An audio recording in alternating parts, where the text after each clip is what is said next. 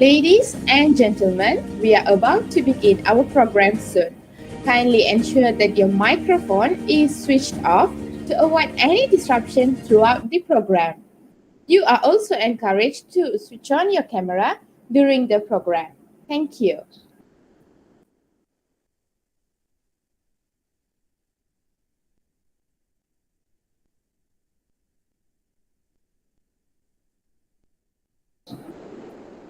A very good morning we would like to wish to our guests today, Dr. Wan Mazlini, Dr. Kazaila, Dr. Mazlin, Miss Pauline, Miss Vivian, and our wonderful viewers. Ladies and gentlemen, welcome to the Leisure Talk program. I, Punita, will be your MC this morning. We would like to thank all of you for spending your precious time and joining us today for this talk. Before we proceed with our program, let us begin with a prayer recitation. Without further ado, please welcome Afif Adri to lead the prayer. Before we begin, let us recite Kitab Al-Fatihah.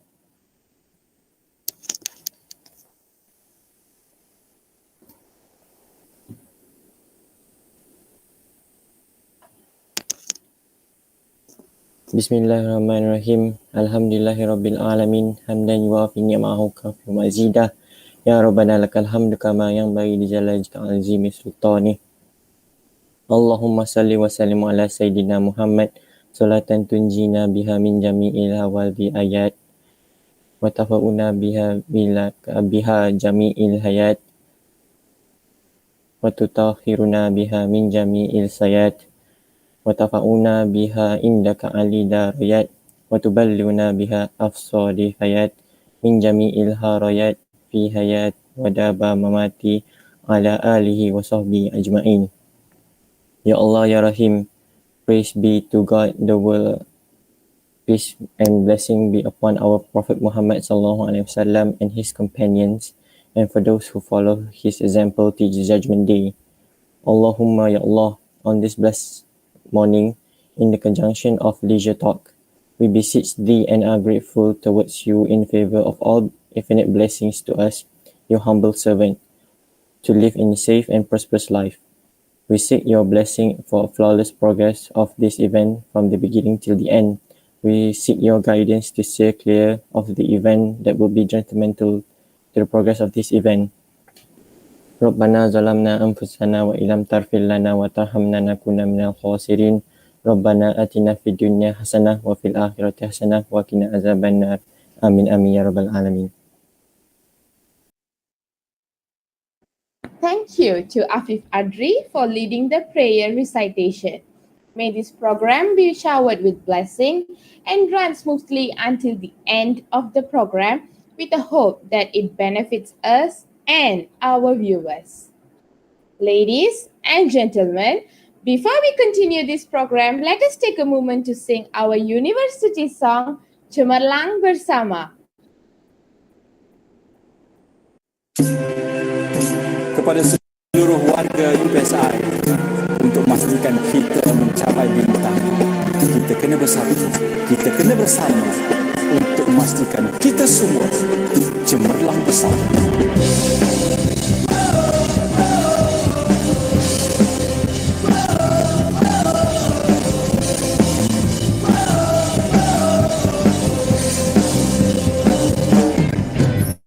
Saling menghargai, saling bermutu, sanjung tinggi tradisi. Akademik dan akhlak terpuji, seimbang dan gemilang. Keren aku pakai berbaju, mewarna cipta yang sama. Genggamlah tanganku, lakukanlah segera.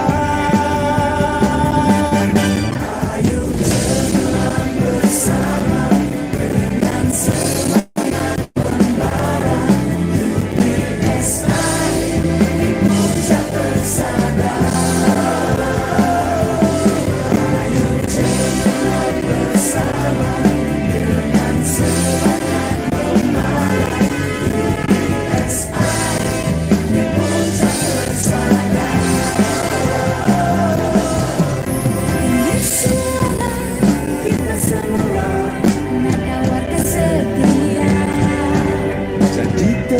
menteri, megah terajui, si pendidikan negara.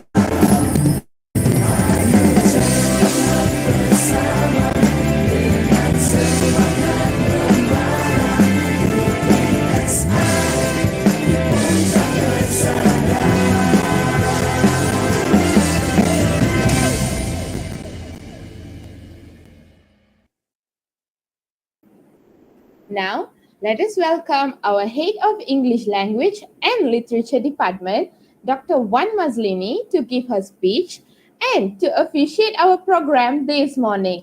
Leisure Talk, How to Positively Adapt to Changes as a Student. Please welcome, Doctor. All right. Assalamualaikum. Can you hear me? Yes, Doctor. All right. Okay. Assalamualaikum and a very good morning, everyone. Alhamdulillah. We are given the opportunity to join this leisure talk today with the title How to Positively Adapt to Changes as a Student. So I think this topic, in my opinion, is very closely related to all of you. Though it's already you have just finished week 9, going for your semester break. Okay, though it's already towards the end of the semester, but I still believe that the topic would greatly helped everyone who is listening to this talk on how to adapt to changes as a student. So I really hope that through this talk, with the sharing of experiences and also some knowledge from your invited speakers, okay, everyone who attends this talk can benefit a lot from that, and can adjust and also adapt yourself to the situation, hoping that by next semester we all of us will have face-to-face lectures, so that less what do you call that, stress or tense can be released when you go face-to-face. Okay, not much that I want to say. I really hope that the question and answer session at the end of this talk would again be used by everyone, whether on this platform of Google Meet or on live on YouTube. Is it YouTube or Facebook you are having live? Is it YouTube? Yes, Doctor, YouTube. Okay, all right. So I really hope the Q&A session later, once you finish, the sharing, I really hope that everyone can, ask questions, exchange ideas, so that more students, will benefit from the talk. And I really like the title, How to Positively Adapt. Some people, they adapt negatively. Some people, they adapt positively. I really hope that everyone can adapt positively towards all the changes. It has been nearly 2 years already. Some of you are still adapting. Some of you are already comfortably adapted. Some of you are just beginning to adapt. Okay, so whatever it is, I really wish and dua, so that everyone will adapt accordingly to all your needs, yeah, and also your suitability, okay, with the online teaching and learning process, yeah. All right, and I hope with this adaptation, everyone will improve to be better people, to learn in a better environment, to understand other people around you more, to understand your family more. And the most important thing is that you understand yourself better, yeah, when you are alone at home adapting with your family members. Okay, and I would like to also thank you to the committee for this invitation. Okay, thank you to Dr. Mazlin, Dr. Kazaila, all right, who have taken, yeah, some time over their weekend to join our talk today. For your information, most of the lecturers will be on leave next week, yeah, since it's already a semester break. Even myself also, I'm taking one whole week leave, and some of us are also taking the whole week leave because of this semester break. So we just take a break at the end of the year. Okay, thank you again for inviting me. Thank you again to give me this opportunity to share my thoughts with you today, this morning, and also to officiate this amazing program that you have organized. I hope in the future you will organize more leisure talk like this, from the word itself, yeah, leisure talk, yeah. You have a talk in your leisure time, but with a very important focus, with very important topics, yeah, to be discussed among yourself. Okay. All right. Again, once again, thank you very much for inviting me to be part of this amazing program. All right, and I really hope that everyone really listen to this talk with leisure, but with great input, and with questions to ask, or advice to seek at the end of this talk, yeah. With lafaz Bismillahirrahmanirrahim, I hereby officiate the program Leisure Talk with the title How to Positively Adapt to Changes as a Student. Thank you very much. Have fun. Thank you so much, Dr. Wan Mazlini, for the speech. Before we continue, I would like to remind all of you to pay attention to the keywords that will be given during the talk. There will be 2 keywords in total. I repeat, there are 2 keywords in total. You'll need to key in those keywords in your attendance link that will be given at the end of this program. Now, let us welcome our moderator, Jewel, to take over the next session. Jewel, the floor is yours. Thank you so much, Punita. All right, very good morning and good day to everyone and our audiences in YouTube Live.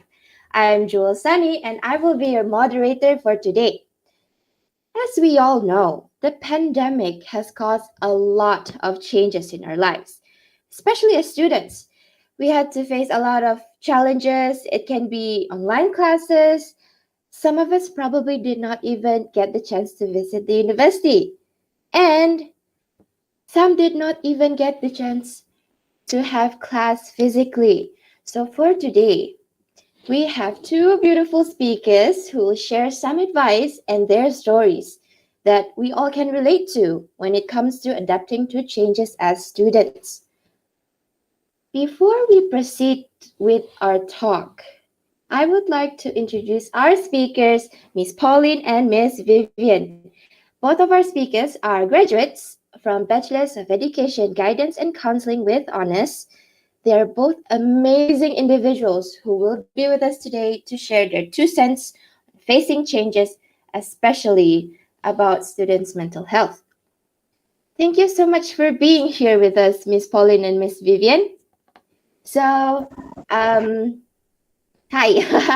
I'd like to start with Ms. Pauline. Can you please introduce yourself and how would you describe yourself in 1 word? Okay, so hi everyone. I just want to check if my audio is clear. Is it clear, Jewel? Yes, it's audible. All right, okay. So, first of all, thank you so much for having me here. It's a pleasure. It's an honor to be able to speak through this platform. And thank you very much, Jill, for passing it over. You have such a very enjoyable voice. Like, it's so cute and, it's just attractive. So, yeah, nothing much about myself. Like, as Jill said, I'm a graduate of University Pendidikan Sultan Idris, fresh graduate, actually. And currently, I'm pursuing my postgraduate studies in University Pendidikan Sultan Idris as well, in the same field in counseling. What else? I'm from Ipoh. I'm from Ipoh Perak. I have two sisters, and one word to describe me. Okay. If you asked me this question last time, I would give a cliche answer saying that I'm optimistic. But right now, I think I just want to be true to myself and identify myself as an overthinker. So I think I'll get back to that later during the talk, how being an overthinker actually helps me in optimism as well. So yeah, that's my one word. Is overthinker one word, right? It's not. Yeah, it's a one word. Yeah, so yeah, that's it. Back to you, Jill. Thank you. Thank you so much, Miss Pauline. Is it okay if I call you Pauline? Yep. It's All way better. right. Okay. Next up, let's get to know our lovely Miss Vivian. Miss Vivian, introduce yourself and describe yourself in one word. Hey, thank you for wonderful moderator, Ms. Jewel. Okay, so hi, good morning, everyone. My name is Vivian. I'm same as Pauline, where we are cosmet before. Okay, so I'm also fresh graduate at UPSI, and then I'm from Sabah.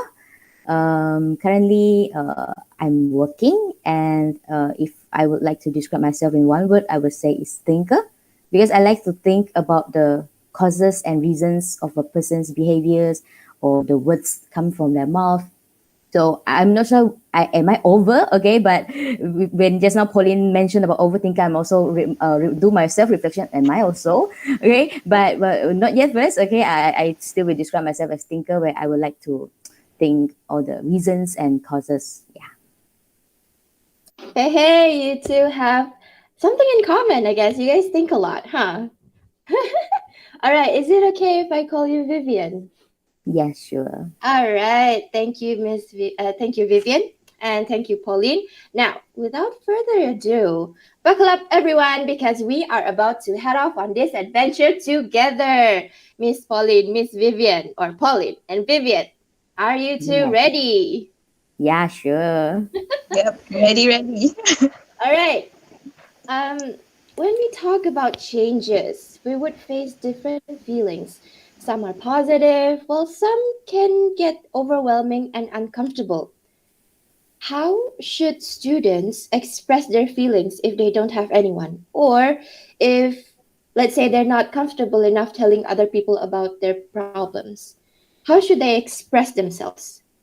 Vivian, what do you think? How should we express ourselves? It's like what I described myself just now. I'm a thinker. So actually, first thing I do is think. Think about it. Like what am I facing now? What's the reason, and why am I in this situation? Okay, and then sometimes, but not everyone. How to say? Not everyone they able to think and positive themselves.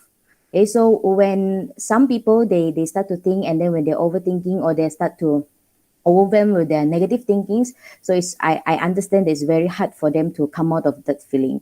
So if an individual, when they are very hard to express their feeling or they don't feel comfortable to express their feeling, one of my suggests, I think, is pray to God with your own religion. And then the next is you must do some activities. Okay, you must come out of what you are, no matter when you are where you're sitting, where you doing anything. So you do some activities. For example, some people they like to exercise. Okay, so exercise is actually a very good way for you to release your stress and your energy. So sometimes when people like to jogging, when they jog, I believe that their mind is still working also. So they will have some thinking, and when they are jogging, and then when they jog and then look at their surrounding, maybe they have some new ideas or some new thinking come out. So that may help also. Okay, so but some of the people, I understand not everyone like exercise like me. I don't really like also. So okay, you can choose to like drawing or writing, or you like to sing also, because this is the way for you to express your thought. To express your thought at the moment, no matter what you want to draw. Okay, maybe the your feeling, you can draw it out. Okay, or you like to write. Okay, you diary, or you like to write a poem or anything you like. Okay, so but at the end, I still suggest you to find someone, because after you express your feeling, sometimes the problem is not solved. So when you find someone, the most important thing is for you to discuss with the person on how to solve your problem, so that you are not staying at your problem for a very long period. Yeah, that's from me. That's all from me. That's a great input. Pauline, how would you suggest? Do you have the same opinions as Vivian when it comes to expressing feelings? Okay, thank you, Joel. I think on general term, yes, I agree with whatever Vivian said, because most of the time, those are the ways. Those are the ways that we tend to go. Just that before I go into the suggestions, I would like to really emphasize that emotions and feelings, right? Like sometimes we categorize them as right and wrong. I believe that there are no right and wrong emotions. There are positive and negative emotions, yes, but there is no right or wrong emotion. It's just that we as humans, we need to find a proper way to channel those emotions, those feelings that we're feeling. And the idea is whatever we feel, whatever we're experiencing is everything that makes us human. And it shows us that okay, this is something that I'm not receiving in sufficiency, like this is in inadequacy. That's what it means. Like that's why we're experiencing a feeling. So like what Vivian said, that channeling it in a right way, expressing it and not suppressing it is important. That's what's important. So to add on to what Vivian said, I think one of the ways is also using positive self-talk. Like we always have a voice in our mind, in our head, that keeps feeding us negative thoughts, negative emotions, saying that you're not capable of this and all that. So the first step is to feed that thought with positive self-talk, especially if you're someone who doesn't like to express it to others. It's a good way to talk to yourself, like voice it out, like rather than just thinking it in your mind, like, because when you voice it out, it has the power to change your thoughts. And second of all is knowing your triggers. Like you would definitely know, okay, what triggers this negative emotion in me, what triggers this feeling in me, whether it be happy or sad or anxious or depressive. So the key to it is to know your enemy before you go for battle, so you will have a proper way to tackle it and you can prepare ahead. And also something else that I have here is to practice empathy. So when you practice empathy, you are able to understand the feelings of others, right? So let's say in a group of people, and if you're able to have enough empathy, you will know that the friend of yours is also experiencing the similar feeling or consequence. So that goes back to what Vivian said earlier, where in the end you need to find someone to confide in, to express your emotions in with. So that's where you will know who are the right people. Like, okay, this person I'm pretty sure would get me, and I understand that this person is going through the same emotion, the same struggle like me, so I believe that I can be expressive to that person. So yeah, that's the thing. Just that I'd like to really emphasize that growing up we've been taught to control our emotions, but I don't think we can control them. Like it's not logical to control our emotions. Rather, we should cater to expressing our emotions really in a positive way or in a proper way. Yep, that's it from me. Thank you. So in a way, all our emotions are valid, and we really need to think of ways on how to channel that emotions into something. It doesn't necessarily have to be something bad, right? So there are positive, negative emotions. They are all valid. As humans, they are how to say this. even if pain, like in The Fault in Our Stars, says, pain demands to be felt. And that really hits home. So if you have, like what Vivian and Pauline said, if you have any doubts on trying to express yourself, you can do certain activities alone, but at the same time, you can always reach out to a friend. All right. Next, were there any moments when you did your very best, like you put your heart and soul into that one thing, but the results weren't as what you expected? How do you motivate yourself, like to pick yourself up again? How do you do that, Pauline? How do you do it? Okay, so definitely, there were times when you put everything in and it just doesn't turn out well, and especially me, I have this tendency to over expect on a situation or on an achievement or an accomplishment before it even happens. So disappointment is always there. I think the one thing that motivates me is my passion. Like whatever I do, whatever I tend to do in life, or anything that I pick up, a new hobby, something that I like to do, everything involves passion. Because like you said, Jewel, when you're at your downest, when you've poured everything out and it turns into despair, the passion is the only thing that will drive you forward, will push you forward. That's why it's very, very important to have your heart, your soul, your passion in everything that you're doing. And that is one thing that I really, really hold on to. Like, I don't really have much things that I practice or do in my life that don't involve me having passion. Like if I'm, if I have to do it, like somehow or other, I have to have the interest to it first. So that's one thing, like passion is one thing. And the other thing is actually my social support. I believe everyone needs a social support because when things go down, when everything goes to bits and pieces, like your social support is there. Like they are the ones who are gonna lift you up, who are gonna remind you back of your purpose and why you were doing this in the first place. So social support can be anything. It doesn't necessarily have to be an individual, a person close to you. Like for me, for example, like definitely my support system is my family and my partner.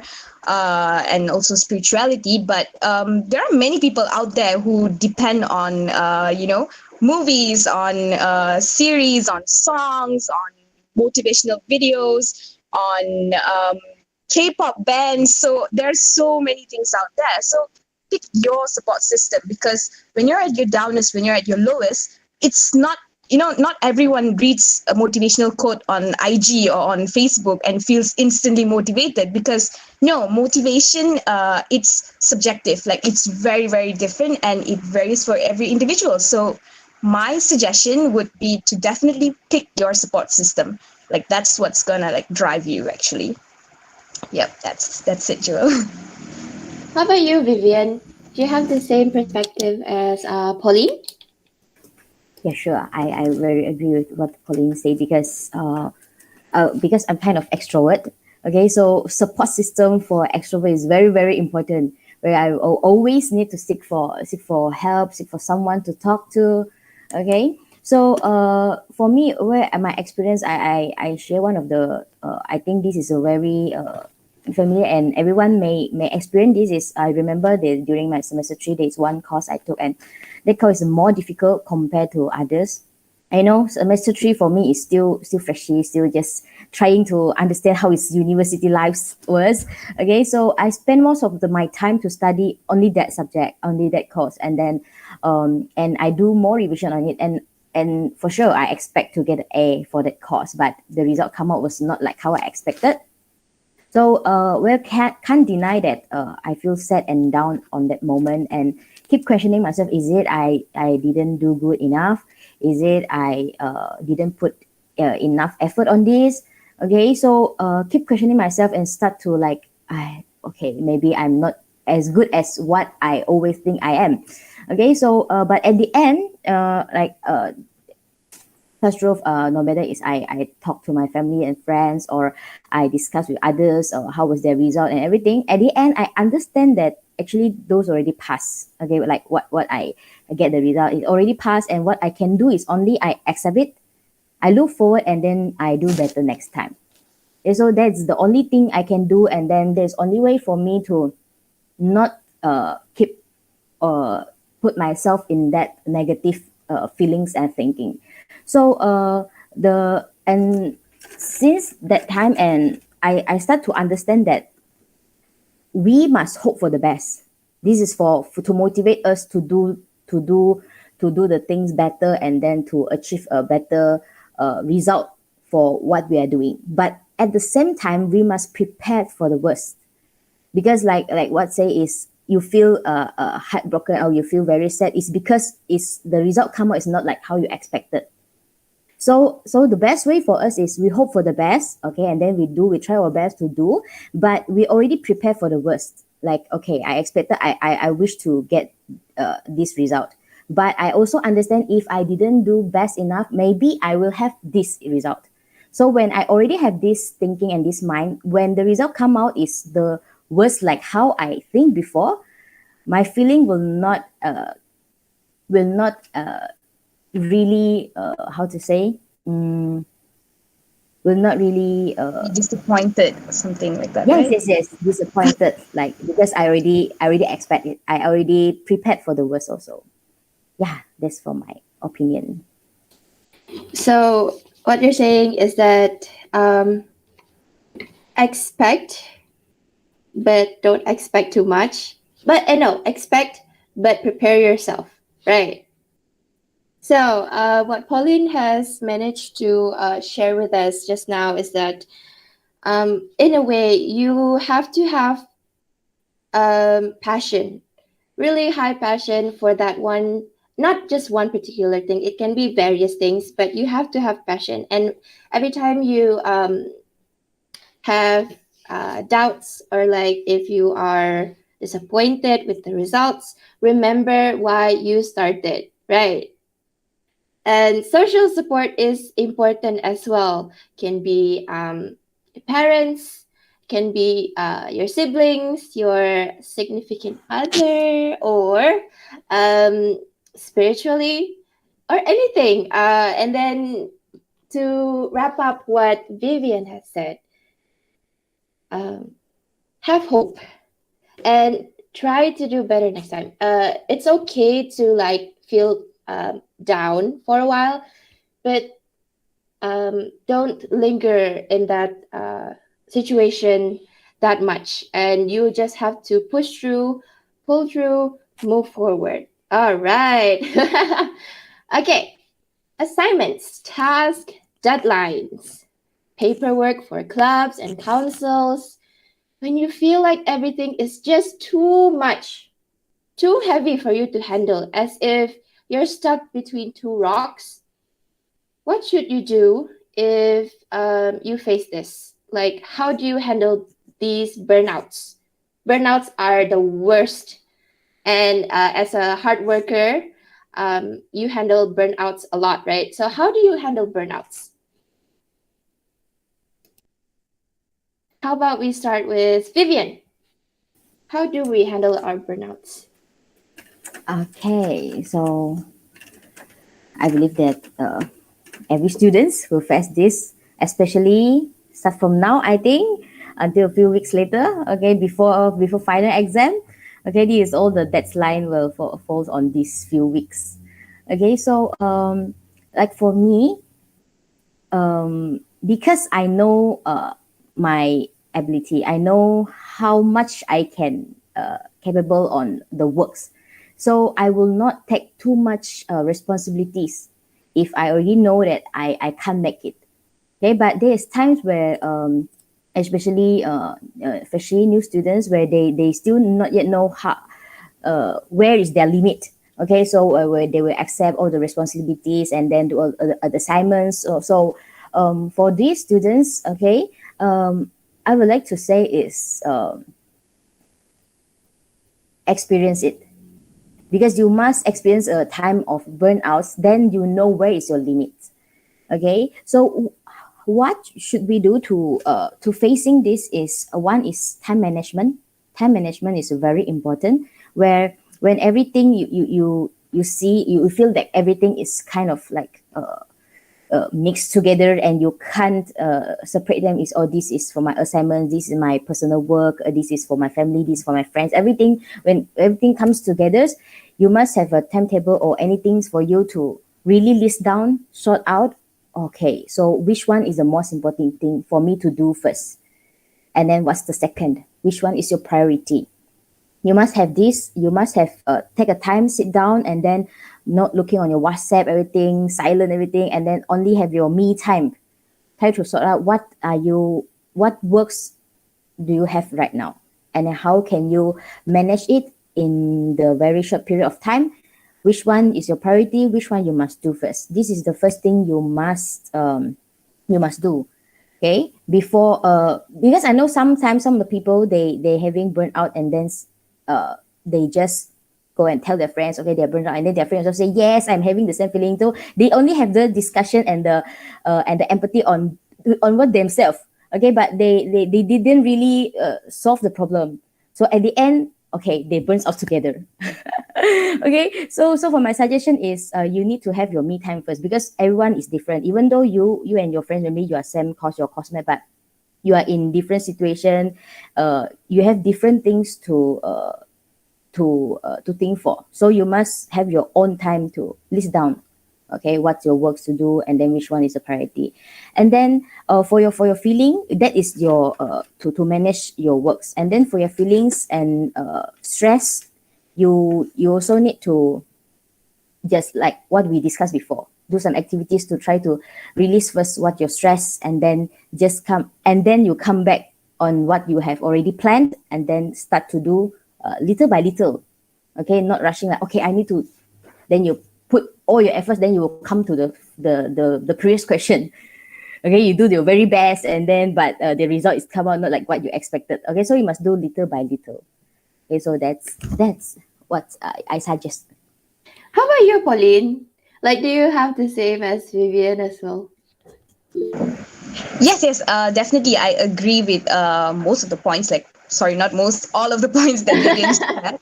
Yeah. It's just that I think maybe I just like to add on like a few. I think the first thing is when you come to university, you have all these dreams and visions like, okay, I want to be part of this. I want to be the leader of this. I want to take part in this and that. But, most of the time we fail to understand what is important. Like, we fail to prioritize what is important. So I think as students, as first years, second years, yes, that's the time for you to go out and try everything, experience everything at uni. But the goal is to create reasonable goals, to set reasonable and achievable goals. Like, it doesn't necessarily, you don't have to be a part of 25 persatuan or clubs at university when you don't have any time for yourself or your assignments, right? So balancing it out is the key, I think, to avoid burnout.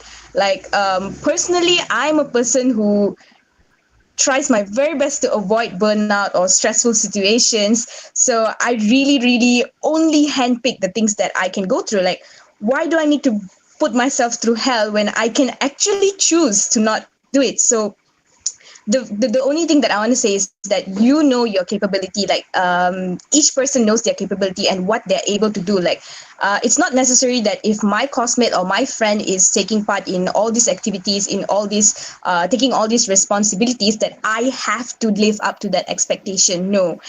You live up to your own expectation. You don't have to compete with anyone out there. You just need to compete with yourself to be a better person than you were yesterday. That's the only thing that you need to worry about.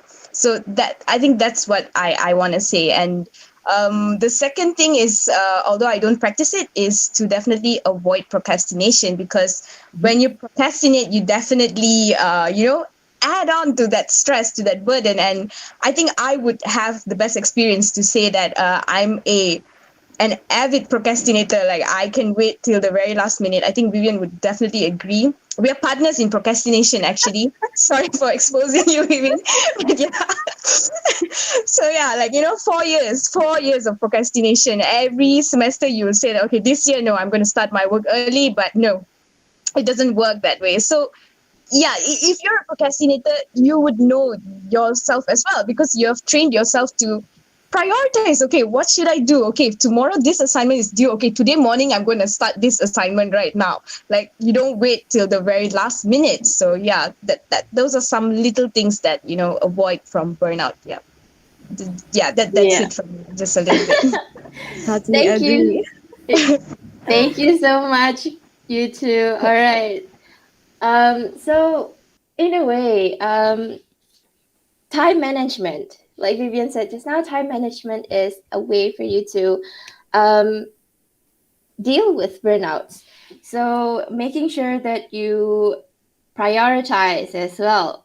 Procrastination is okay when the level is low. Don't get us wrong. Procrastination is bad to a certain extent bad, but you have to prioritize, okay, so that you can face these burnouts easily. All right. Sometimes when you're caught up with work, you feel stressed out. Like you try your best to keep up with the workload until you forget to eat meals, you forget to drink more water, um, not to mention get enough sleep. We don't get enough sleep. Any tips on making sure to take care of our health despite the busy schedule? Pauline, do you have any tips on trying to take care of ourselves first? Okay, so thank you, Jill. I think the false idea in our mind is that when you're very productive, when you're extremely productive, it means that you're being your best. I think we, especially the younger generation, need to stop thinking that way. Like, it doesn't necessarily mean that if you've been super productive the whole day, you are the best version of yourself. No, you are the best version of yourself when you're happy, when you're healthy, in body, soul, and mind. So, coming back to your question, like, how do you prioritize mental health? Your body actually tells you, like, when you need rest. Like, you don't need to push it to that level until that you start getting sick, you start feeling stressed, you have physical pain like headaches and migraines and all that. You don't need to push yourself to that border.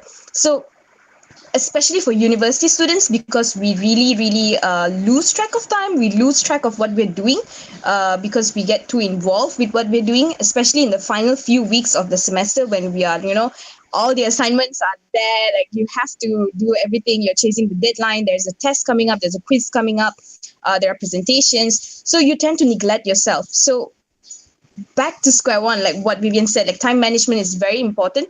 But at this moment, at this part of when you're experiencing that stress, and how to know to take a break is that your body will automatically tell you. But before that, before your body warning you, I think you should have a system. Like when a new semester comes, you make it a priority to have that me time, to have that time where you're spending time with yourself only, like you're not doing any work. You don't entertain work after a certain amount of time, like after office hours, let's call it office hours. But you have to take that break. Like, don't make me time a luxury. Like, me time is not a luxury, it's a necessity. Like, every day you should actually spend some time, be it for journaling or watching your favorite show, listening to music, just chilling with a friend. So allocating a me time every day, it really constitutes to having a better mental health, having a proper peace of mind, because you have that coping mechanism when stress appears. So like when stress comes, you know that, okay, I can do this. Like I can watch my favorite show. I can listen to my favorite artist. I can watch my favorite band. I can talk to my friends. So, it's something like that. So I think the most important thing is that you need to have a proper, effective, and positive coping mechanism that helps you that helps you get back on your feet. Yeah. How about Vivian? What do you think on making sure that we take care of our health despite the busy schedule that we have as university students? Okay, so if for me is just now Pauline mentioned about mental health. Okay, maybe I would like to mention about your physical body health, because especially when we talk about meals and sleep, Okay, I know most of the university students. For now, I think if you are staying at home, there's not so much problem on your meals. You have your parents to take care of you. Okay, ask you to come out and eat for your lunch and dinner and breakfast or anything. Okay, but if we are at university, when we need to take care of ourselves, I think most of the time is we tend to like sometimes it's forget about our meals, and sometimes it's we are lazy to to have our meals, or sometimes it's when they are when they are doing their assignments, they feel like, no, I don't want to waste my times on eating. I want to use the times to do my works. Okay, but actually this is a very very wrong thinkings, because you're having a meals 20 to 30 minutes, or if you are eating very slow, okay, 40 to 1 hours. Okay, but this time is actually a rest time for you. Okay, so don't feel like having a meal is wasting your time, or you feel like, okay, I need to use the time to continue to do my works. No, because even you're doing your work, you need to rest. But sometimes people choose to rest playing their phones. So now maybe I would like to tell you, rest by having your meals. Okay, so you can rest, you eat, and then you relax, and then after you have your meals, you get enough energy. Okay, get back enough energy, then you continue works. Okay, and then about sleep. Okay, I understand. Okay, at night you feel like you have more idea, you feel like you're more productive at night, and then no one disturbing you. Okay, but get enough sleep is very very important. And then this, I think I don't need mention too much, everyone know about this, but just you can't make it. Okay, so for sleep is you must let yourself know that if you don't go to sleep now, okay, maybe at the future you start to working, you have no much time to sleep already. Now you study, you still have time to sleep. When you start working, no. And then if you have families, maybe they have lesser time for you to sleep. Okay, so have your sleep, enough sleep now when you're still young. Okay, and then know how to which time that what time you sleep, and then you wake up in the morning, and then you will get more enough energy for you to start your new day. I feel the same way as well when it comes to sleeping, because my sleeping schedule is non-existent, and I'm sure all of our friends in YouTube Live can agree with this as well. And it's hard for us to prioritize our health, but we have to keep in mind that our body needs nourishments. We need food to fuel our energy, so that we can continue to do our university assignments and responsibilities, not only as students, as well as how to say this, daughters, sons, sisters, all right, so next up, like, we are in a pandemic, right? Although the university is slowly opening up, allowing students to get back to campus, majority of us, we're still attending classes online. So how do we make friends with our course-mates and batchmates when we have never met them? For me personally, I met my batchmates, my batchmates for, we had classes only for 1 month. I'm one of the lucky ones, but a lot of our friends, and also the ones watching on YouTube Live right now, I'm sure they have not stepped foot in university at all. Neither do they have met their course-mates and batchmates. So how do we make friends with them despite not meeting face to face? What do you think, Pauline? Like, how do we connect with them? Okay, so I think it's a little hard for me to relate to that, because because I was there for like entire 4 years, and although there was a short gap where I wasn't there, but building the relationship part, it was there. But what I like to emphasize back is that when you think back, don't we all have more friends online compared to offline? So, the issue is not about whether we can, we can build that relationship or not. It's whether we want to or we don't want to. So, from the pandemic, like since the pandemic, there has been multiple platforms, multiple applications, multiple websites out there that are being designed or have been existing just to bond, just to have social gatherings, be it like Google Meet, and we have Screener, we have Discord, we have all these apps, interesting apps where we can actually bond and have all these social activities. So I think one of the ways is like, you guys are already a group, right? Like a group of classmates, and definitely in this group there are going to be some people who want to be social, who don't want to be social. So what you guys can do is like maybe over the semester break, have virtual activities, have virtual movie nights, and stuff that you can do virtually where you can build relationships. Or you can have activities or games online. Like I believe even Zoom has many games, and the latest updated version, they have games, they have all sorts of activities where you can actually engage. So what I like to emphasize is that yes, the world is going towards a digital era, and we need to adapt towards it. Like definitely the experience is not going to be as it is for us to meet face to face. Like the relationship that maybe I built with my classmates over like the first year, the second year, because we're meeting each other every day.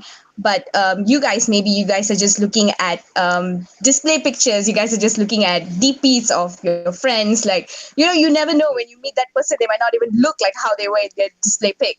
So all those things are like, that's the good experience. Like you guys get to experience that because, when you meet that person offline, when you meet them finally in person at campus, there's something for you to talk about. So I think there isn't an issue with creating a bond, with creating a relationship. We have WhatsApp groups.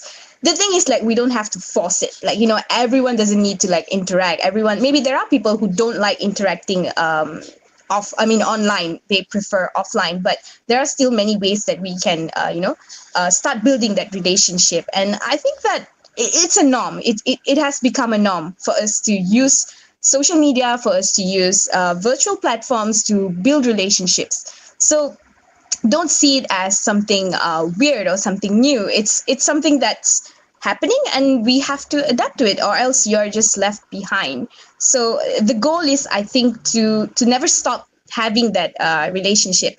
But I'd really like to emphasize, Jill, I don't think anything can replace that feeling of meeting your friends offline when you're finally meeting them. You guys are definitely going to experience it. You guys are definitely going to see each other, and you guys are already social and everything. So it just happens. So, the thing is, we don't need to overthink about the future, about what is going to happen, but rather we focus on the present moment and how we can, cater to it right now, like through virtual stuff and virtual gatherings and stuff. Yep, that's it. Yeah, so that means like it's just a matter of time. Yeah, before we it's meet just up, right? Exactly. I love the point. I love the point when you say there might be catfish. Like you look yes, different. definitely. You look different online, and then you look different in real life. But that's fine, That's I'm not surprised the if you might not adventure of recognize me when you see me at campus or something, in the near future. So, it's all part of the whole thing. So, yeah, it's just How going about with you, the flow. Vivian? Do you have movie nights, virtual movie nights, game nights as well? Oh yeah, sure. Because since pandemic, my church always have the online activities, virtual activities. So really happy to know juniors through online. Actually, I'm that kind of person, like how Pauline mentioned just now, is don't like to interact online. Yeah. Before COVID, one of my changes is I fall in love in video call. Before this, I never have, like, I feel awkward to having a video call with someone, even a very close friends. Sometimes like think 1 or 2 times. Okay, we have a video call. But if the person is, I not really know him or her, and then or we just meet for a few times, I don't feel comfortable to have video call or what. But after the pandemic, I accept the truth that I can only meet them online. I can only meet them through virtual. So I can only accept this, and then I sometimes I check with my friends when I notice that we still have a lot to talk. Then I will say, let's have a Zoom meeting. Yeah, send a link. Okay, so there is one of the changes I experienced also. Okay, so for your question just now is about making friends. I think it's totally really hard for all the juniors to make friends through online. But what I can say is, just now Pauline already mentioned, is first you need to have the desire, you want to do so. Okay, and then you will meet another one that they have the same desire too. Okay, so my suggestion is you can start with your assignment group members. Okay, first is for sure you will have discussion. Okay, you will meet online. Okay, you have some discussion, and then less or more you will know a little bit, okay, about that person. Okay, so you can remember their names and then remember where they come from, a little bit about themselves. Okay, and then you yourself, if you wish to make friends, actually you need to open yourself first. You can start to talk about yourself. For example, your hobbies. Okay, no matter you like your K-pop. Okay, you like what movies or songs or anything that you like. Okay, your hobbies or you like exercise. You try to like tell them. Okay, or during the conversation you try to expose a little bit about yourself. Okay, or your personal experience, like before this you're matrix, you're STP, or you are from college vocational or whatever. Okay, you need to start to open yourself and then talk about yourself first. Okay, and then another person that they when they listen to you, maybe they have the same hobbies, they have same favorite with you. Okay, so because we make friends is for sure it start from similarities. Okay, so when you yourself, you have to tell the people first. Okay, if everyone are waiting for others, so no one is going to start, and then yeah, that's all end. Okay, Yeah, so true, because we have to take the first step, right? yes, even a very simple hi, it's help a lot actually. Okay, but I also noticed another thing is why people don't like to start first or take the initiative is because of they're afraid of rejection. Okay, when you scared that That's a big problem, huh? yes, there's a big problem. Maybe you really have the feeling to do so, or you really have the desire to do so, but you are very scared of rejection. You scared that people didn't reply you, blue tick you, or just ignore you or anything. Okay, but I would like to say if that happens, it's normal actually, because first it's online. Maybe it's line problem when you say hi. At the same time, no line for your friends, and then he or she can't hear your hi. So, but you feel like, oh, she or her, he or her ignore me. Okay, but actually maybe not. Okay, sometimes it's their miscommunication happen. Online we can't really meet face to face. Okay, or even though really that person is ignoring you, for me is I can also say it's okay. At least okay, this one, he or she not really like to make friends. So I find another one. Okay, so so don't scare of rejection or ignorance from people. You need to know that your value is not from others. It's not that this person ignore you means that you are not able to make friends, you're not good enough, or the way of you to make friends is wrong. Okay, since start today I don't want to make friends, I don't want to say hi to any people anymore. Okay, so don't have this kind of negative thinkings. Okay, you just do your best. Okay, you just do your best, and then you just express yourself. When people ignore or they reject, that is his or her problem. Okay, that is their problem. They need to deal with themselves. Why they why they rude to others, why they reject people. Actually, it's their problem. You yourself, you need to think like, okay, I didn't do anything wrong. If he or her reject me, okay, not my issue. I can find another person and try again. Okay, so don't scare or sorry, don't afraid to make friends and start the initiative and start to make friends with online with your classmates. I totally agree with you, Vivian. So in a way that in friendship, especially online, it might be scary, but you know what? You have to risk it to get the biscuit. Meaning to say that if you don't take the initiative to talk to that someone, or like not just someone, maybe a lot of them, you will not be able to know what the result that comes out of it. if you get rejection, then it's fine. It's totally fine. Rejection is it's something common, but you don't have to dwell in that rejection and like you feel bad and start to question, am I a good person? No, because maybe you are indeed the, how to say this, you're perfect in your own way. It's just that you're not perfect for that particular person or like particular group. So just take the courage and talk to people online, talk to your course mates, make friends with your course mates and batchmates, and then soon, hopefully, when the university opens, fully opens, you have a rough idea on how your friends are like, and you can bond more rather than just bonding over virtual movie nights, virtual game nights, and you can finally see who catfishes you. You can see your friends in real life. So that is that's a way to sum up everything. All right. Wonderful input by two of our guests. Thank you, Vivian and Pauline. Let's take a 5-minute break and refill our mugs with more coffee. Before that, to our dear audience, please take note. This is our first keyword for the attendance form. The first keyword is transformation. I repeat, transformation. TRANSFORMATION.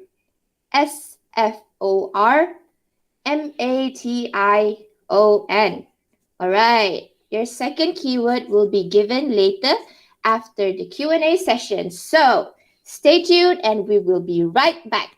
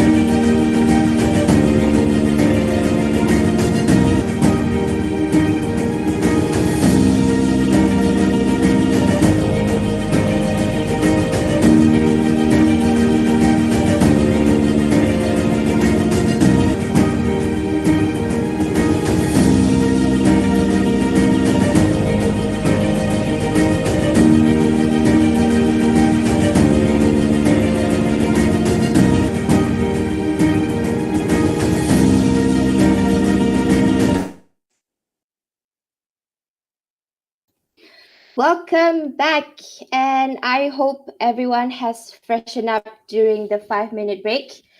Friends from the YouTube Live, are you still with us? Go ahead and comment the green heart emoji if you are. All right, let's get into our second slot, which is our Q&A session.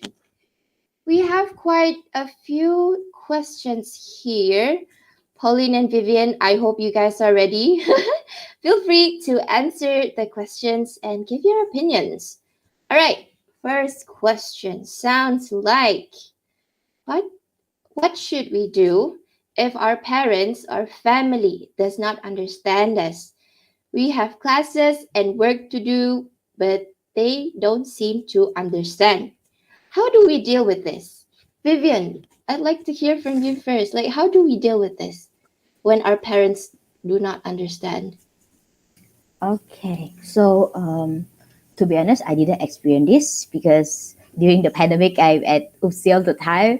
Okay, I didn't experience this, and then but this is a very common issues because during my internship when I have my clients, no matter it's secondary schools or universities clients, most of them are telling this issue, and then the first thing I will try to ask is, did you communicate well with them? This is the only question I will ask. And then some of the clients were like, yes, I did tell them, and then they will say, and then I would like to ask again, is it you communicate in a very calm situation, or it's like in a very, almost like you are quarreling? Okay, so if sorry, I believe that if you really try to calm down and then communicate, they will try to understand. Okay, what I mean is not like when your parents scolding you or asking you to do things and then you tell them, I have class and everything. Okay, at that time, yes, for sure you will have the feeling you want to tell them. But for me, there's not the best time to discuss about this. You must try to really push them and then say, daddy or mommy, I have something to tell. I have something to wish that you know about me. Okay, and then you find a proper time, okay, when your parents also in a very good mood. Okay, for me, when I want to discuss anything with my parents, I will observe them. Okay, are they having a good mood, or are they having in a good situation? Or if yes, okay, I will go and talk about my problems at that time. Okay, for me, that's the proper time for them, they can listen to me. Okay, and then try to tell them. And then the next is, I understand every family is different condition.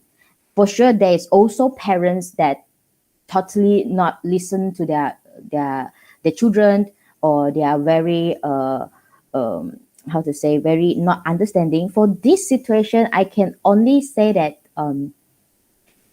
you just need to try yourself if you can find another place to stay. Okay, if really you can't make it, you can find another way is during your class time, or during for sure it's class time or assignment times, really have not say rules, but have agreement your parents that this is my time. You set a time, just like what time to what time, and then let them know this is your time for your study or for your assignments. So when the others time, for sure, if you want to rest or you play phones or anything, that's really sometimes parents will feel that, oh, you all the time playing your phones. I didn't see you doing your works. Okay, so this is a very common situation we will face. Okay, but this is also you yourself. You need to ask yourself, is it really I have too much time is playing my phones until my parents say this to me? Sometimes we can't only blame them. Okay, you need to also do your self-reflection. Okay, and then see what are you doing, and then what you have done, until why they will say you as like this. Because I believe that most of the parents love their children, but sometimes it's miscommunication, and then we have generation gap for as well. Okay, so communication is the first thing to do. Other than we only blame them and then complain to our friends, and then the things will still going the same, because you tell your friends but your parents don't know about it. Okay, there is another way. If you have some aunts or uncles that close to you, and then they can talk to your parents. This is also a very good a good way for you to help. Or sometimes it's maybe your grandparents. You tell a middle person that can tell your parents, where your parents will listen to. Yeah, this is my suggestion. Yeah, I feel like I really agree with you as well, Vivian, because communication goes both ways, and when the other party doesn't try to listen and understand and comprehend, it will be a messy situation, right? How about you, Pauline? What do you think? Like, how do we deal with this? I think actually communication is the key. Like, although I didn't experience that because I was at campus during my final 2 years, so I think I didn't really experience that. But I do see my youngest sibling who is at home, who is still schooling, going through that because she has this particular hours for school where she has to be on her device, and she uses her phone because she doesn't have a laptop. So if my mom were to be at home, she would be like, okay, why are you always on the phone? And like, what are you doing on the phone? So, because she uses a headphone, she doesn't have a proper space of privacy where she can actually, attend classes and take breaks in between. So like, me, I understand that, okay, right now, if I see her scrolling through IG, I know, okay, she's taking a break right now because I know in about 5 minutes she has another tuition to attend. But my mom really doesn't understand that. But I saw how communication can really, really help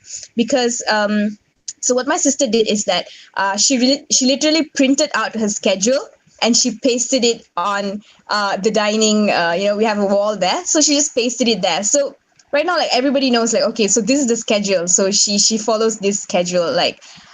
So we know that, okay, this time she has tuition, she has whatnot. So I think everything comes back to how you communicate, and that is very, very different for different families. Like, for instance, in my family, like, we explain to our parents, like, yes, okay, this is the times that we are gonna be on our devices for classes, and these are the times that we need our breaks. So what are our breaks? What do we do during our breaks? Yeah, we sort of, like, just communicate it with our parents. And I think I don't have much to add to what Vivian said, because I think wholesomely right now communication is the key. And maybe just to add on is that you need to have your own private space. Like, try to get your own private space at home, especially because the environment is not going to be entirely conducive. Like, you're going to have a bunch of people out there, like, giggling and laughing and watching a movie maybe, and you are there stressed and going through class and you're like, oh my god, like, what's happening, right? So try to get your own private space where you can attend classes, like, in a conducive environment. Yeah, that's all. All right. Thank you, Pauline. Okay, Thanks. next question is, I am excited to go back to campus one day, but at the same time, I feel anxious. Okay, it's been so long since we had face-to-face classes, and although I'm not much of a shy person, I still feel anxiety of facing people again. What should I do? What should I do, Vivian? Well, this is also a very common question issue, and then I think this can relate back as what I mentioned just now, is afraid of rejection, where your anxious come from. Sometimes you need to know first where your anxious come from. Okay, I think most of the people is they scared that they can't adapt with the new campus life. Some of them they afraid that they can't.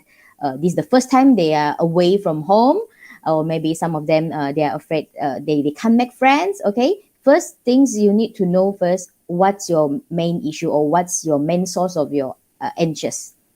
Okay, after you know the reasons or the causes, then you try to solve that issue.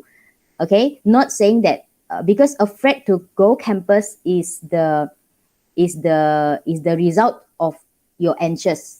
Okay, so you don't focus on that you're afraid to come to campus. You need to really understand, and you try to explore first where your anxious come from.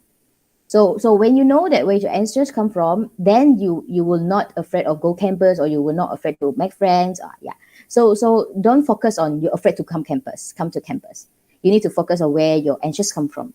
And I believe that these anxious the result is not only that it will make you afraid to go campus, sometimes only also afraid to go out, hang out with friends, and also sometimes will make you that cause you to only stay in your own little world. Okay, so make sure you find out where's the source of your anxious. And then the next is if you really can't know what's the source, or sometimes it's maybe because of a past experience or anything, I think my quotes I can only say is this one: hope for the best but prepare for the worst. So hope for the best is, okay, how was the best? Okay, you have many friends, you can adapt very well in your campus life. So what is the worst? What is the worst is maybe you need a long time to adapt, or you can't make many friends, maybe only one or two. Okay, so you prepare for the worst. So when the worst, when you come to the campus and then you experience the worst, and then you can tell yourself, okay, I already prepared for this. Okay, so this is to lower your expectation, but you still hope for the best. Yeah, this from me. How about Pauline? So apparently Vivian took over the moderator's job. Okay, right. It's fine. Okay. Well, I think it's normal. It's very normal to feel this way. Even I felt this way after just being away from campus for about 6 months, less than half a year, and it was a little weird. Like there's this awkwardness, when you get back to campus. But I think the underlying factor is that we all have that social potential in us. Like we. It's I think it's somewhat like the anxiety that we feel like on the first day of going to university, so you guys didn't get to experience that as it was like, during your first day, and you're experiencing it now. And on top of it, like the worst part is that we haven't had like social or physical gatherings in quite some time. And although right now like things are really like opening up, it's still not entirely safe for everyone to have social gatherings and whatnot. So my suggestion would definitely be to process why you're feeling this way. Just like what Vivian said, like you need to really identify like why you're feeling this way. Like there are so many factors that could be affecting that thing. Like why am I feeling anxious? And the next thing is to see whether there's something you can do about it. Like that there might be something that you can do about it. Like maybe you can start having like virtual connections first, like what we discussed earlier, like having Google Meet sessions, Zoom meeting sessions, to reduce the anxiety, like well, at least I know you guys, like, okay, I know you online, so how hard is it going to be offline? So those are some of the ways to reduce that anxiety. But if you think that that's not the thing, like this is not the issue, like I can't overcome it through online meeting, then the only way to find out is when you actually go back to campus, when you're actually experiencing it. Because I believe like we have survived for so many years. I'm pretty sure that when you're faced with this obstacle, this predicament, I think you can really, really embrace it, because that awkward phase is going to be for about 1 to 2 weeks. And then you are actually forced to already have social communications, because you have group assignments, you will have projects that you have to work together. So somehow or other at university, you are really forced to, or I wouldn't use the word forced, like you're encouraged to, build that relationship, to be social. So I wouldn't say try not to feel anxious, because it's normal to feel this way. Just identify why you're feeling anxious. Only then you can work with that feeling, with that emotion. If you're just feeling it and not doing anything about it, you can't really do much. So yeah, that's from me. Back to you, Jewel. Thank you, Pauline and Vivian, for the input. All right, third question is, what should we do when we have difficult lecturers who can't seem to understand us? We tried talking to them about our issues, but they did not seem to care and still pressure us with sudden work and deadlines. How do we face this? How do we cope with this? Vivian, Pauline? Let's see, both of us are scared to answer these questions. Huh? It is. It's such a good question. Yeah, is my lecturer here? Okay, seems though. Okay, first is I would like to say this. My course, counseling, maybe it's all his counselors. Okay, so I don't really face so much of this issue. Every lecturer is really kind, but I understand there's different lecturer, different personalities. In my opinion is, you don't see that this only that your lecturer are giving some pressures or what. You need to think that in your whole life, actually, there's a lot of people will give you this kind of pressure. Even in the future, your boss, okay, your employee, and then if you're teachers, your principal. Okay, in your whole life, there are a lot of people that will give this kind of issue or problems. Okay, so when you face this kind of problem, first is you don't say those words like, this is my lecturer, why my lecturer is like this, because this really can't help. Okay, maybe it's help to express your feeling lah. Okay, but maybe it's only 1 or 2 times you say about this, that's enough. Okay, if you keep saying about this or you keep comparing your lecturer with others lecturers, it really can't help. Okay, so the first thing is I can only say that beside you go a report or tell any of the faculty or what, okay, I can only say if for yourself, how to deal with yourself about this issue is, first is accept it. You can only say that is accept it, but accept this is not in a way like, okay, I can only accept this. No. Okay, but in another way is, okay, this is one of my challenge in my university life. Okay, and also I believe in the future I will also face this kind of challenges. I'm not sure how many times. So maybe this is the first time I have this problem. This is the first time I face this challenge. So I accept challenges. I accepted. Okay, this challenge I accept, and then I try to do my best. Okay, you can also say that I will prove to my lecturer that no matter how hard you push me, or no matter how you want to let me down or what, I can do better than you think. Okay, so this is the way that we can only to encourage ourselves, because we need to understand that we can't change others. We can only change ourselves. Okay, we can't control others. We can only control ourselves, your emotions, your behaviors, or your thought. Okay, so if you really can't do anything on these lecturers, or you can't have more idea already, then you can only change yourself. Because sometimes we also need to understand that every lecturer, they are also human like you. Okay, they have their own family, they have their own work, they have their own stress also, but maybe sometimes they use a wrong way to express their stress or what. Okay, so I can only say that you need to look on yourself, and what you can do, I can only say is accept it and then see what's next. Maybe have some friends to help you. Okay, discuss together. Okay, or first you can tell your friends or this lecturer, or why you express your feelings first. Okay, you deal with your emotions first. Next step, solve the problem. Yeah, that's for me. How about Pauline? What do you think? Like, how can we deal with this situation? I think I'd just like to go back to the topic of our leisure talk today.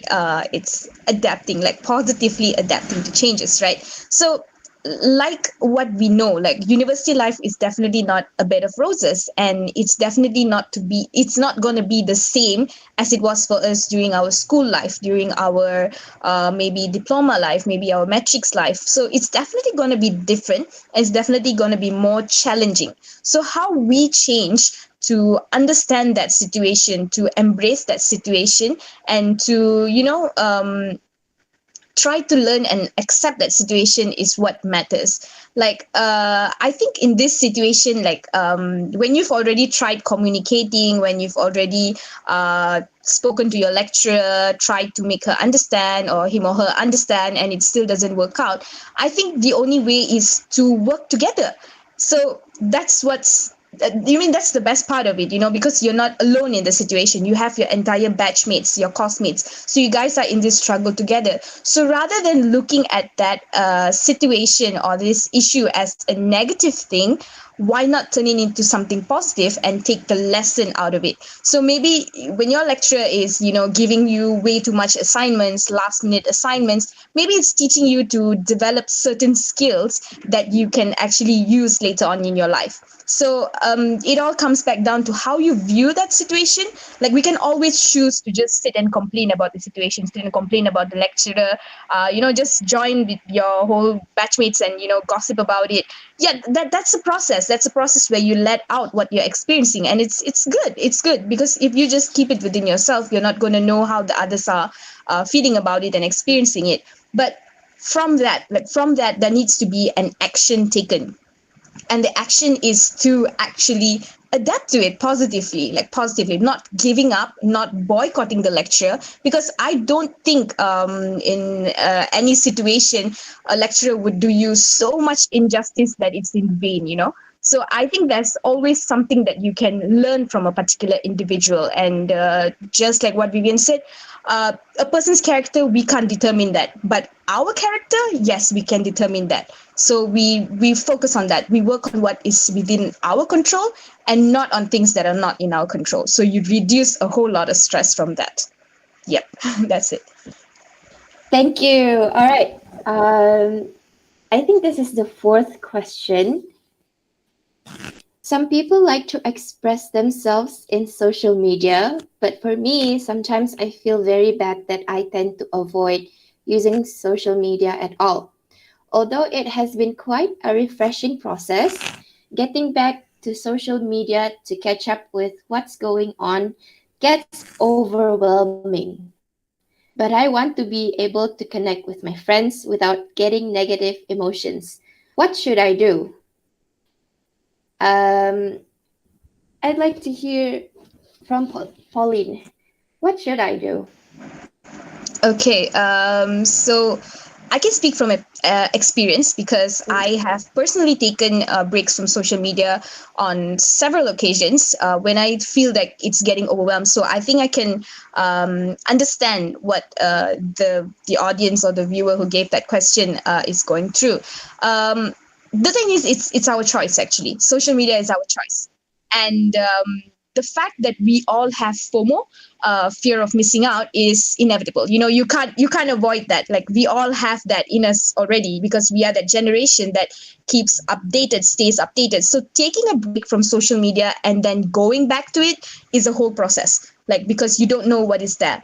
But what I'd like to emphasize is that everything is in your hands. Like, we have so many features on social media itself. You can mute people, you can mute certain words, you can mute certain certain hashtags. You don't need to see it. And I think the most important thing is that you choose the content that you are viewing, you are seeing, because about 90% of our life is actually related to social media when you think about it. Because almost every day, every minute that you get, every chance that you get, you're scrolling through your phone. And that's what's feeding you every day. That's what's feeding your mind. So my first suggestion is you filter out your social media. You only follow things that you want to follow, things that feed you positively, that feed your mental health, your passion, your interests. You don't have to follow what the whole lot of people are following. If everyone is following a particular celebrity, it doesn't mean that you have to follow that celebrity. If you feel that you are following this particular friend of yours, but on social media this person is totally negative, and every day that person destroys your mood, destroys your your will to live, like you feel like you are being insecure when you see this person, you can mute that person. It's not wrong. I think people tend to think that when you're on social media, you need to give your 100%. But no, social media is just, it's a part of life. Yes, we cannot, you can't deny that. It's a part of life. But that's why you need to pick the right things. You need to choose the right things. Like, if you ask me, like, way back, like maybe 3 or 4 years ago, when I first came to social media, when I first started using social media, yes, I followed everything that my friends were following.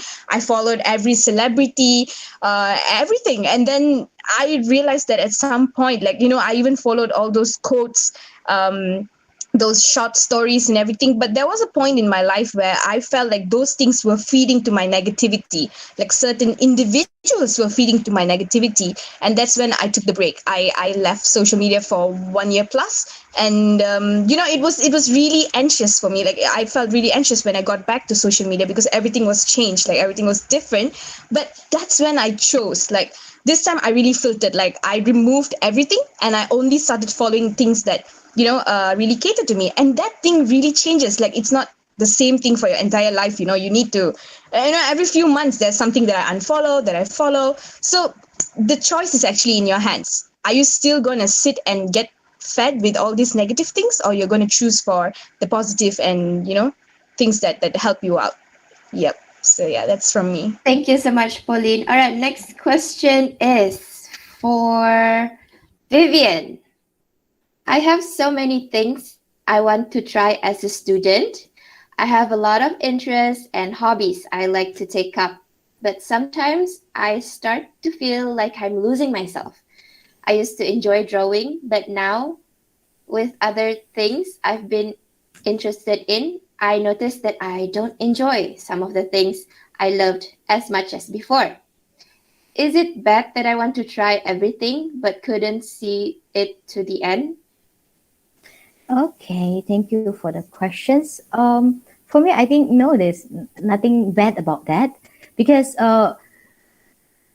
you change by time. People change by times. Your favorite, okay, maybe what your favorite song before when you are younger and compared to now, is totally different, okay. Or the food that you like before, maybe before this you don't like to eat bitter ground, and then now you like to eat. Example is me. Okay, so things will change by time. You don't feel bad like, okay, before this, is it I lose myself? Because how do you define yourself, right? Sometimes we can only define ourselves by what is already past, and then what is going on now, and in the future we can't really know what will happen in the future. So I'm not really sure what you mean by lose yourself, but for me is just you started to see a different side of yourself. It's still you, okay, but you started to see, oh, actually I still have this a new ability. Oh, actually I have this new interest. Okay, for me that's not bad. And if you like to try everything, for me is a very good personality character, where first you must be brave enough. Okay, start a new thing is not an easy thing for everyone. Okay, if you have the patience, or you have the desire to start to try everything, for me that's a good character in a positive way. Don't look at in a negative way. Look at in a positive way where, okay, you have a lot of things, your interest, you can try many things. Okay, so for me that's good. Okay, don't, if sometimes people will ask, hey, why I see you like you already changed, you're not like you before. Just accept it. Yes, I'm a new me. Every day is a new me.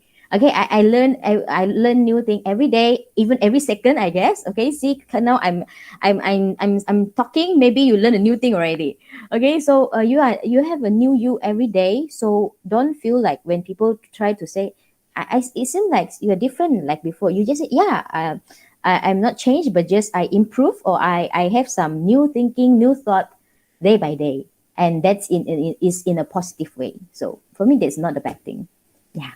All right, thank you, Vivian. The next question is for Pauline. What should we do when we face toxic friends? I have been too naive, and even after I know their nature, I feel bad to leave them. Or maybe how to avoid toxic people. Okay, toxic friends. Okay, so we don't really categorize toxic people as friends, right? So yeah, but I get it. Like when you're with a group of people, when you first get to know them, they are all rainbows and sunshines, and then as you go on, you realize that, oh, maybe this person is not so good. Like they're feeding into my negativity, that they are toxic for me. The simplest way is to distance yourself, because like we always have the choice to position ourselves in a positive or negative environment. And trust me when I say this, you don't need more negativity in your life. So, sometimes when you want to cut them off entirely, maybe it's quite hard because of the relationship you've had for so long. And especially if you're, sort of a people pleaser, it's even more hard for you to be assertive, to confront them and say that, hey, you are toxic and you're not doing good to me, right? So I think the first thing is to set boundaries. Setting boundaries is very, very important. Like how much of time this person gets from me. in a day, in a year, in a month, in a week. So you determine that. Like you have a toxic person, you don't want to spend every day with that person, right? You set a boundary. You know you can't cut off this person entirely from your life. It's worse still if that person is your roommate, the person is your your batchmate, your neighbor, your best friend, your schoolmate. So it's really hard for you to cut them off entirely. So you set boundaries. You try to show in ways that, okay, you're not really okay with this person, but always try to communicate first. Like, I would really emphasize on communicating first. Like, you really communicate with the person first, and try to explain to them, like, okay, I see that there are certain things that we are not seeing on the same page. Like, like in a way, in a gentle way, that you don't want to hurt that person, because when you express yourself, when you explain to that person that you're quite, this is the way you're feeding my into my negativity. And if that communication fails, like when you try to discuss with that person and it doesn't seem to happen, I think it goes to setting boundaries. And everything is back in your hands, right? Like, it's your choice. Like, you can try to avoid that person, you can try to reduce the communication time you're having with that person. I think it depends on what sort of relationship you're having with that person, but I think it might be a little rude to like entirely cut off a person. So setting boundaries is what I'd suggest. So yeah. Thank you so much, Pauline. All right. Next question is for Vivian. Sometimes I have panic attacks when I think about my future. Oh, how do I overcome this? Future is such a scary thing, isn't it? Yeah, because humans scared of unknown things. Yeah, because unknown, and then we have we are not confident to face on it. Okay, so you have panic attacks. I'm not sure what's your definition of panic attacks. I guess it's what we always understand, that your hand will start trembling, and then you start sweating, and then your heart beat very fast. Okay, if you have really until this level of panic attacks, first of all, I would like to suggest you to meet psychiatric or counselor. Have the symptoms that maybe you can't control yourself. So the side is you professional help. Okay. For the second is if you want to train yourself first. Okay. First is I can only say that you need to have better understanding on what the particular thing that you're really afraid of. I mean, future, there's a lot. Sometimes it's work, sometimes it's a relationship, a marriage. Okay, there's a lot of how to say aspect of your future. So you need to identify first which one. If you are afraid in a general way, so I think is maybe you need to try to build some positive thoughts, or like Pauline say, you feed yourself with positive thoughts. That first is future is the thing that you can't control on. You can't control, you can't determine, you can only is go through it. Okay, so when we say that you can only go through it is step by step. But you have panic attacks when you think about your future is because you are like in a rocket, you want to and then go very far away, and then the further you go, the more you can't see clearly. Okay, so the first thing is when you have your panic attack, when you think about your future, is you try to think about it step by step. For example, it's like you think a planning for maybe this year, and then you start is within 3 years, and then you get more within 5 years, within 10 years. Yeah, you try to think, you continue to think about it, but in a correct way, in a right way.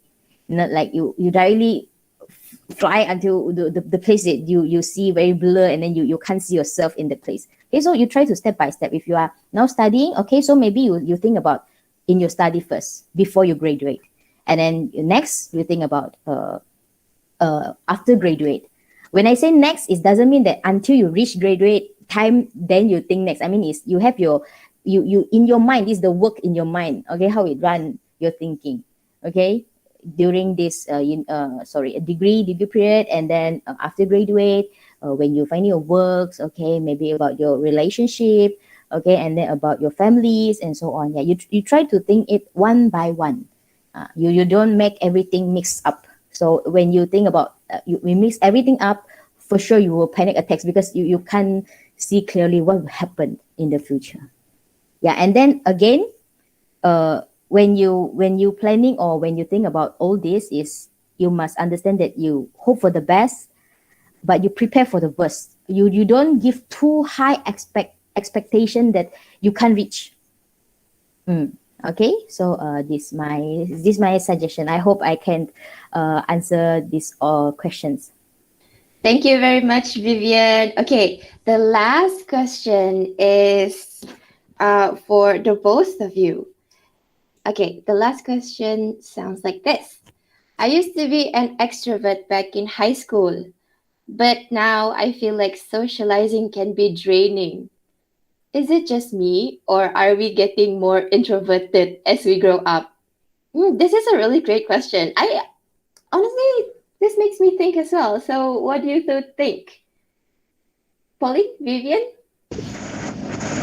I think Vivian and I have actually spoken about this previously, like how you have different personality, and there's a question like, can personalities change? Am I not born with this personality?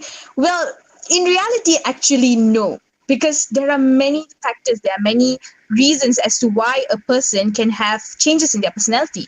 So for instance, maybe for this person, when they were in school, they were in an environment there where they could thrive as being an extrovert.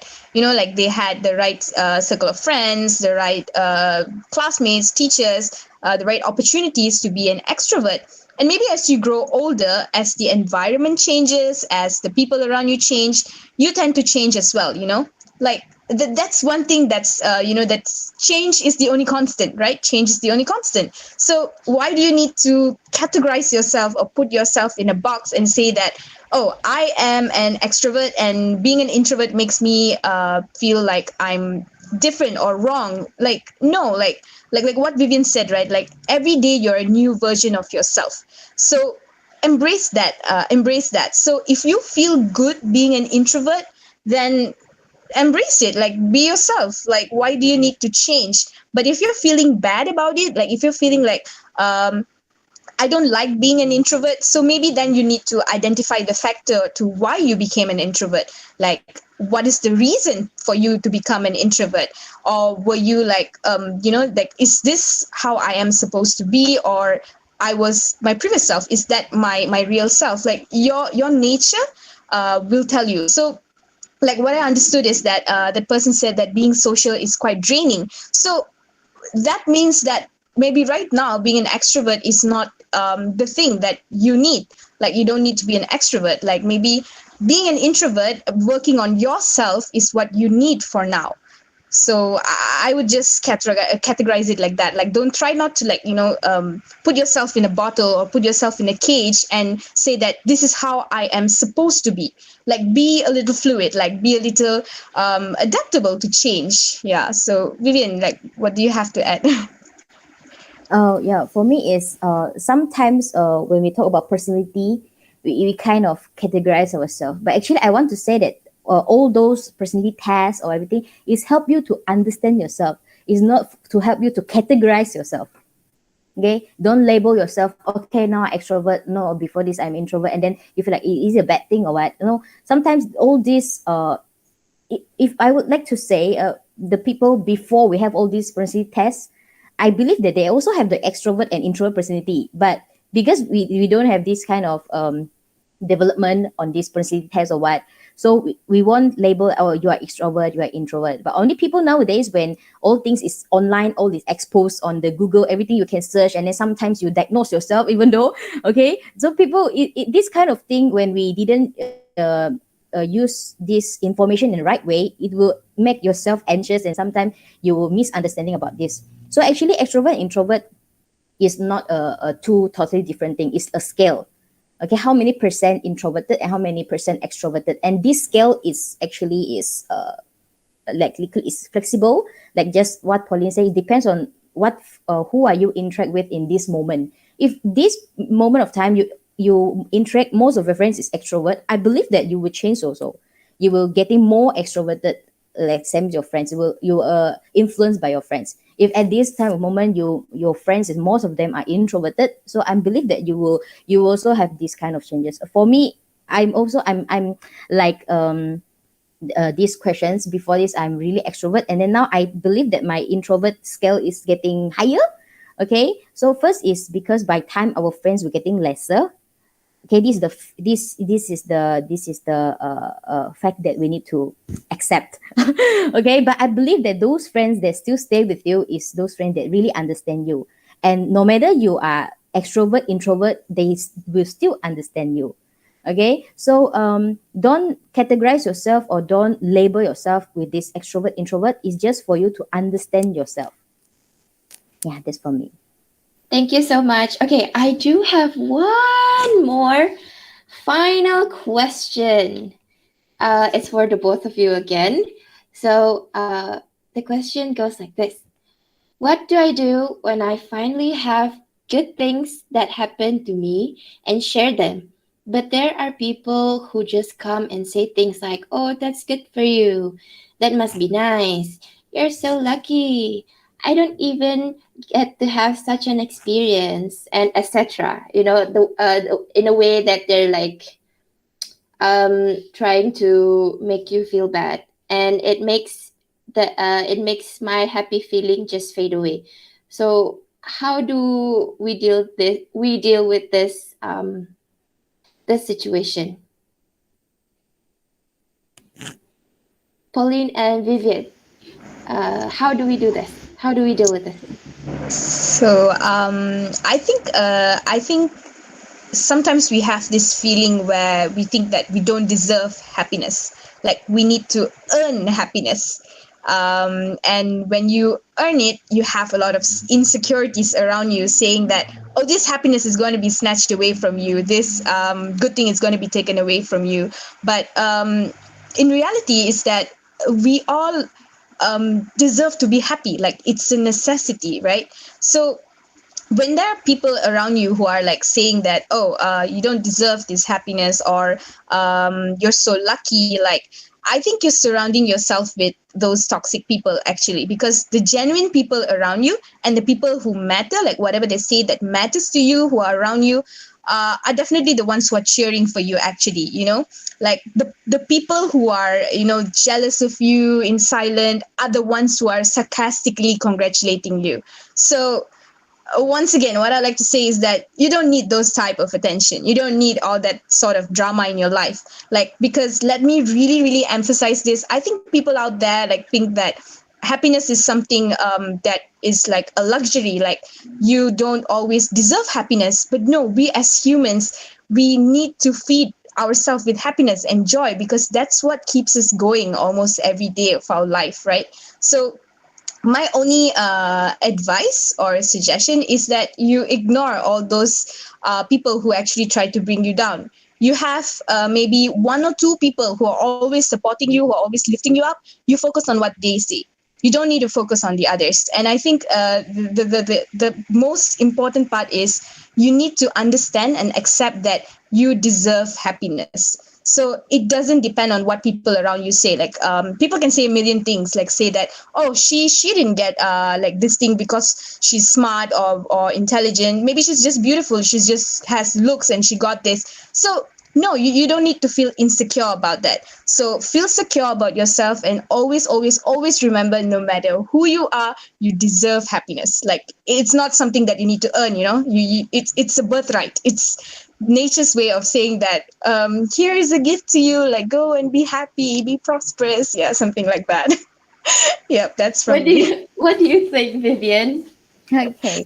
So if for me, just now Pauline said is the possibility is the one that the people that you talk to, they are jealous on you, or what. If now maybe I can give another possibility is those are your friends, okay, but sometimes maybe those people, they don't know how to give reaction. I believe that you yourself also experience this when people tell you something, you're not really sure what reaction can you give. Okay, but and maybe it end up you giving a wrong reaction to your friends. Okay, And another one is if this, because I saw that is you right thing that is there are people who just come and say things like, okay, so I believe that not everyone.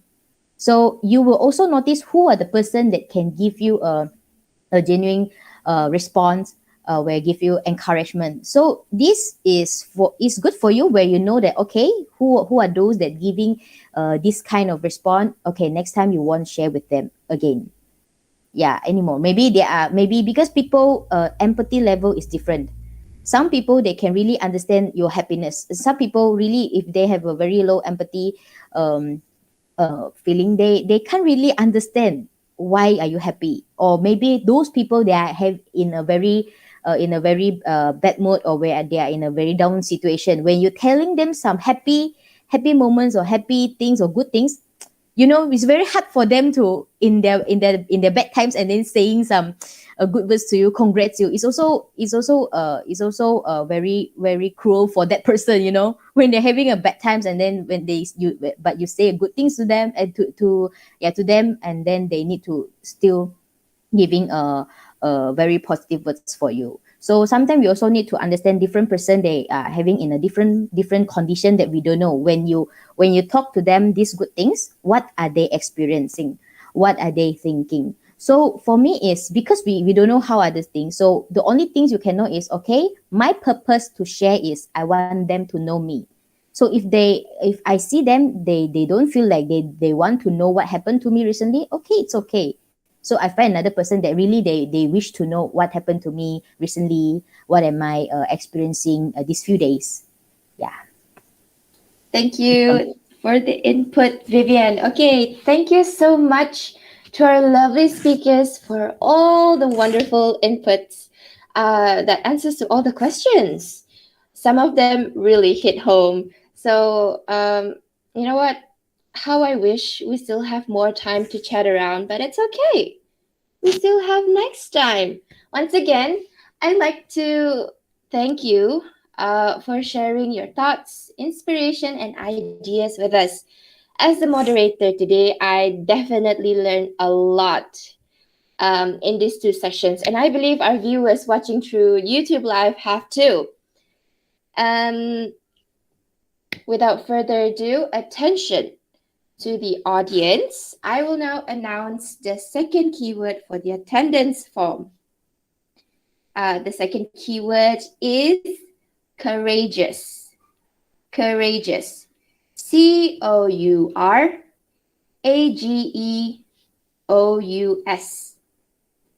Okay, that is the second keyword. With that being said, we have come to the end of our sharing session. To our friends on YouTube Live, thank you so much for hanging out with us. This is Jewel Sunny, peacing out. Back to you, Punita. So that was a great sharing session, and we hope everyone who is watching currently will benefit from it. Hopefully, you can apply what has been taught and shared by our lovely speakers today on how to adapt to changes as a student. Having that said, the Leisure Talk program has come to an end. Once again, we would like to thank our speakers, Ms. Pauline and Ms. Vivian, for spending your precious time with us. Dear viewers, please be informed that the attendance form will be posted on the live chat box on our YouTube channel. The form will only be accessible for 10 minutes after the program is over. As a reminder, please make sure your information and the keywords mentioned earlier during the program are keyed in correctly. I repeat, the attendance form will only be open for 10 minutes after the program is over. So please make sure to fill in your details correctly. Thank you. So before we end our program today, we would like to ask everyone to turn on your camera for a photo session. Are you all ready? So the PDA team will now take over. Hello everyone. Okay, for this photo section, we were going to take two photos. The first one is going to be for and the second one is informal. So please get ready and turn on your camera. Ready? 1, 2, 3. Okay.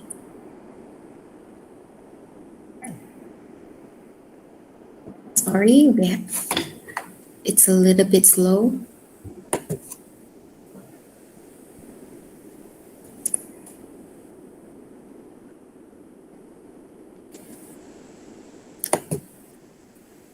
Okay. For the second one. Ready? 1, 2, 3.